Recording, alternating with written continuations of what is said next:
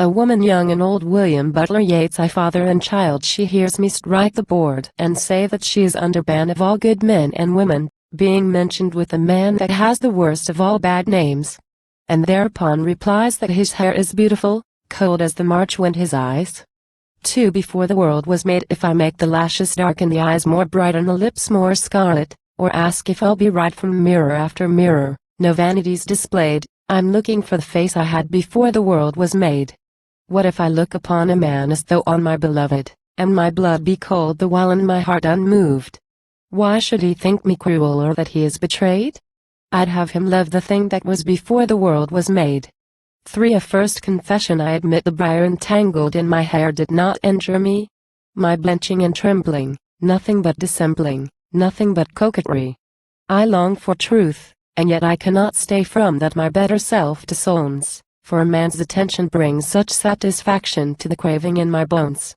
Brightness that I pull back from the zodiac, why those questioning eyes that are fixed upon me? What can they do but shun me if empty night replies?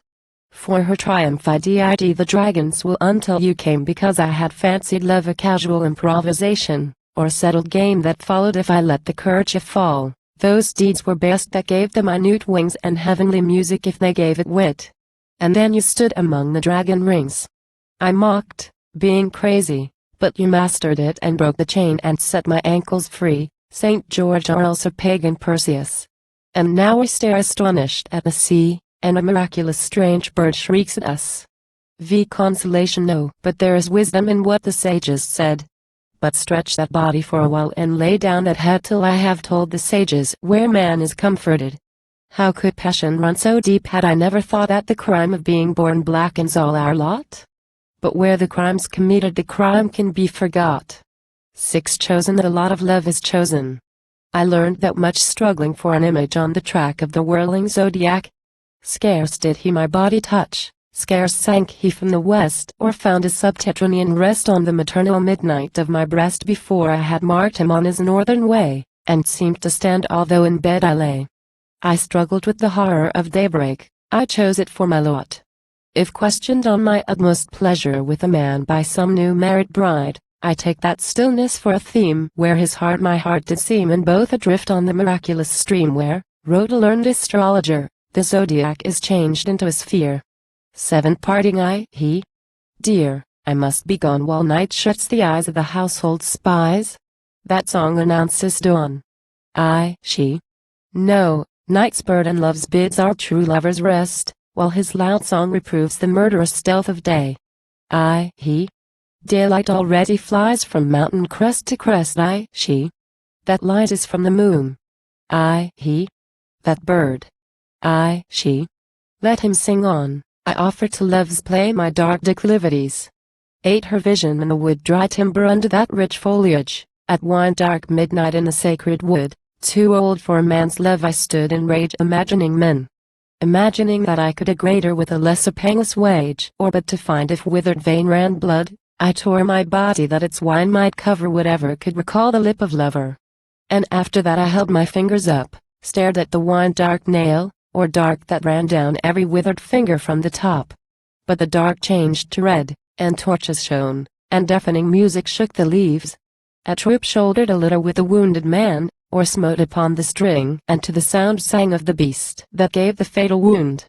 All stately women moving to a song with loosened hair or foreheads grief distraught, it seemed a quattrocento painter's throng, a thoughtless image of Mantegna's thought. Why should they think that are forever young? Till suddenly in grief's contagion caught, I stared upon his blood-baitable breast, and sang my malediction with the rest. That thing all blood and mire, that beast torn wreck, half turned and fixed a glazing eye on mine, and, though love's bitter sweet had all come back, those bodies from a picture or a coin, nor saw my body fall nor heard it shriek, nor knew, drunken with singing as with wine, that they had brought no fabulous symbol there but my heart's victim and its torturer. 9. Alas, confession, what lively lad most pleasured me of all that with me lay? I answer that I gave my soul and loved in misery, but had great pleasure with the lad that I loved bodily. Flinging from his arms I laughed to think his passion such he fancied that I gave his soul did but our bodies touch, and laughs upon his breast to think beast gave beast as much. I gave what other women gave ampersand quo. That stepped out of their clothes. But when the soul, its body off, naked to naked goes, he it has found shall find therein what none other knows, and give his own and take his own and rule in his own right. And though it lived in misery close and clings so tight, there's not a bird of day that dare extinguish that delight. Meeting hidden by old age while in masquer's cloak and hood, each hating what the other loved, face to face we stood, ampersand quo. That I have met with such, said he, ampersand quo, bodes me little good, ampersand quo. Let others boast their fill, said I, ampersand quo, but never dare to boast that such as I had such a man for lover in the past. Say that of living men I hate such a man the most. A loony'd boast of such a love, he in his rage declared, but such as he for such as me, could we both discard this beggarly habiliment, had found a sweeter word.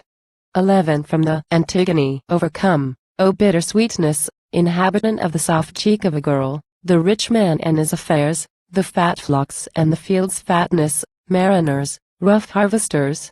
Overcome gods upon Parnassus. Overcome the Empyrean. Hurl heaven and earth out of their places, that in the same calamity brother and brother, friend and friend, family and family, city and city may contend, by that great glory driven wild. Pray I will and sing I must, and yet I weep, Oedipus' child descends into the loveless dust.